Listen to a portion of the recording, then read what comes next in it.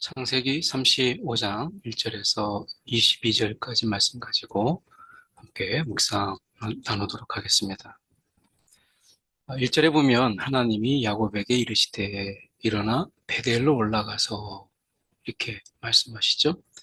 이제 상처를 받은, 어떻게 보면 지금 이 야곱에게 있어서는 굉장히 위기이기도 하잖아요. 어떻게 보면 그런 가운데서 세파에 지치고 힘든 이런 야곱에게 하나님이 말씀하십니다. 베델로 올라가라. 거기 거주하며 형 에서의 낯을 피하여 도망하던 때에 내게 나타났던 가장 위기 그리고 가장 생명의 위협을 느꼈던 바로 그 순간에 도망했던 그때 하나님이 나타나셨고 하나님이 그를 지켜주시기로 약속하셨던 바로 그곳에서 제단을 쌓아라. 이렇게 하나님께서 말씀하십니다. 그러니까 이 세겜의 이 비극을 뒤로 하고 이제 하나님께서 다시 불러주시는 게 이 언약의 원점. 너가 도망 나왔던 바로 그 자리. 하나님을 하나님으로 고백했던 바로 그 자리.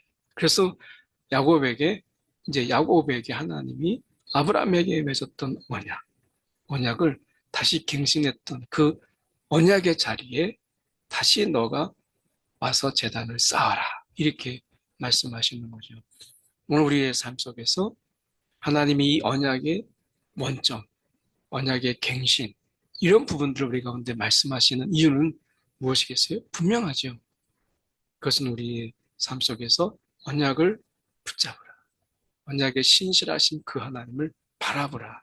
라고 하는 것입니다. 삶에 힘들고 지치고 낭망하고 낙심할 때 우리가 돌아가야 될 바로 그 자리는 언약의 자리, 언약의 원점, 이것이 중요하죠. 그래서 언약의 다시 그 갱신 속에서 마음을 다시 새롭게 하는 이런 하나님께서 그런 기회, 그 마음을 새롭게 하시는 하나님을 보게 돼요.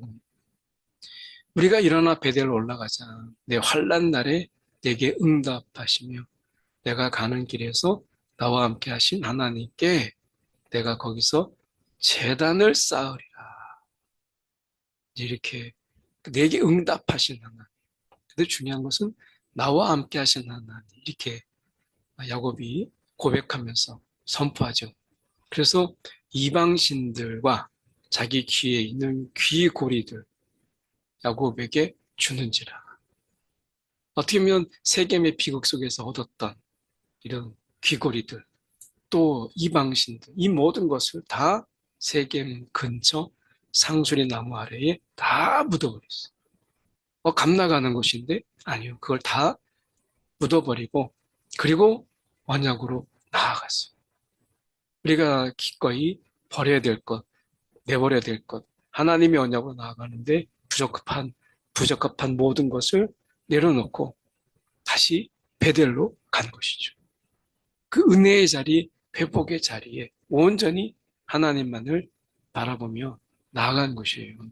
우리가 예배의 자리에 나올 때 우리가 하나님 앞에 이 부적합한 마음들, 또 생각들 다 내려놓고 십자가 앞에 내려놓고 주님 앞에 나와 예배하는 것이 중요한 것이죠. 그가 거기서 제단을 쌓고 그것을 엘 베델이라 이렇게 이야기합니다. 이 엘 베델은 약간 다른 의미가 있죠. 베델은 하나님의 집이란 의미에서 장소를 우리가 신성하게 여기는 이 장소가 하나님의 집이었네, 하나님이 여기 계시네 라고 하는 것이었다면 엘 베델은 베델의 하나님, 이제 장소가 아니라 하나님의 존재 그 자체를 기념하는, 그래서 하나님이 함께 하시는 모든 곳이 신성하다. 그러니까 하나님이 지금 하나님의 존재를 바라보는 이런 이름으로 바뀌었죠. 그래서 베델의 하나님, 이곳에 계시는 하나님, 장소를 넘어서 지금 하나님은 지금 우리와 함께 하시는 하나님, 그 존재 자체를 우리가 경배하는 그 이름으로 엘베델이라 이렇게 불러요. 그래서 하나님이 거기서는 그에게 나타나셨습니다라고 하는 것을 간직하죠. 기억해요. 그러면서 8절 의미 있는 구절입니다. 리브가의 유모 드보라가 죽음에 그를 베델 아래에 상수리 밑에 장사했다라고 이야기합니다. 이것은 결국 어떤 의미가 있느냐면 지금 이, 이 알론 바굿이라고 하는 것은 통곡의 상수리 나무라는 의미인데요. 어떻게 보면 야곱을 이제 붙들었던 어떻게 보면 정서적인 탯줄 어떻게 보면 이 부모 세대와 연결된 정서적인 탯줄이 이제 끊어졌다. 이제 야곱은 이스라엘이다. 그러니까 부모와 리브가와 이삭과 연결된 부모와의 정서적인 탯줄. 아직 이제 야곱이 이삭의 하나님에서 벗어나지 못하고 아브라함의 하나님에서 벗어나지 못하는 그런 가운데 이제 그가 이스라엘이 되고 야곱의 하나님으로서 이제 우뚝 서는 아주 상징적인 사건이라고 볼 수 있죠. 오늘도 우리가 신앙 안에서 우리가 하나님과의 관계 속에서 그 부모 세대 또는 어떤 정서적으로 누군가의 멘토 속에서 연결된 그래서 하나님 의식하기보다는 그 사람을 의식하는 이런 부분들 속에서 이제 하나님을 온전히 바라보는 이런 신앙의 독립체 이것이 이제 야곱이 여기서 이제 선포되는 거죠. 너는 이제 신앙의 독립자로서 하나님과의 관계 속에서 너는 이스라엘이야 라고 하는 것입니다. 17절에 그가 난산할 즈음에 산파가 그에게 이르되 두려워하지 말라 지금 내가 또 등남하느니라.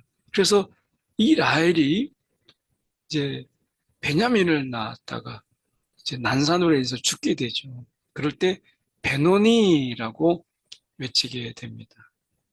그런데 그 이름을 베냐민이라고 바꿔요. 베노니는 슬픔의 아들. 내가 이제 너를 낳다 죽게 되는구나. 슬픔의 아들인데 이제 그를 아버지는 야곱은 베냐민이라 오른손의 아들이라 이렇게 이름을 붙입니다. 라헬을 잃은 슬픔이 있지만 하나님이 라헬을 통해서 주시는 이 아들은 슬픔의 아들이 아니라 오른손의 아들이다. 우리가 이 어둠의 순간 지금 쫓겨가는 듯한 이 느낌 속에서 하나님이 우리 가운데서 이 어둠의 순간에서도 하나님이 우리와 함께 하셨다. 하나님이 이 귀한 자녀를 허락하셨다라고 하는 그리고 이제 베냐민을 통해서 12지파를 이루게 되는 12 아들 이것을 완성하시는 것을 보잖아요. 그러니까 이것을 볼 때 라헬을 잃은 슬픔이 분명히 있지만 그러나 하나님이 그 라헬의 마지막 순간까지 하나님의 언약을 이루시는 이 12 아들을 이루시는 12지파를 이루는 이 모습 속에서 베냐민이라 이름을 붙이죠.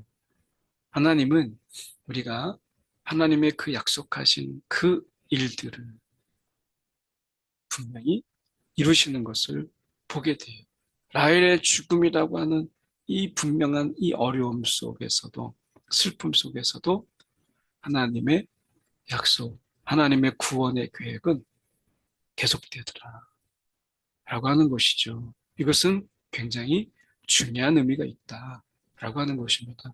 오늘 하나님의 손이 우리와 함께 하심을 기억하는 저와 여러분들이 원합니다. 기도하겠습니다. 사랑이 많으신 하나님 아버지, 오늘도 우리의 삶 속에서 언제나 함께 하시는 주님, 삶 속에서 우리가 부모의 신앙의 영향력, 또 우리가 멘토로 생각하는 사람들의 영향력이 우리 가운데 있지만 그 하나님과 관계 속에서 이제 정서적인 탯줄이 끊어지고 우리가 하나님과 온전하게 우리가 한 주체로 일대일로 서는 신앙으로 나아가게 하여 주옵소서. 낙심과 절망의 순간에 그 언약의 원점으로 돌아가는 우리의 신앙 되게 하사 다시 힘을 얻고 하나님을 다시 붙잡는 우리의 삶이 되게 하여 주옵소서.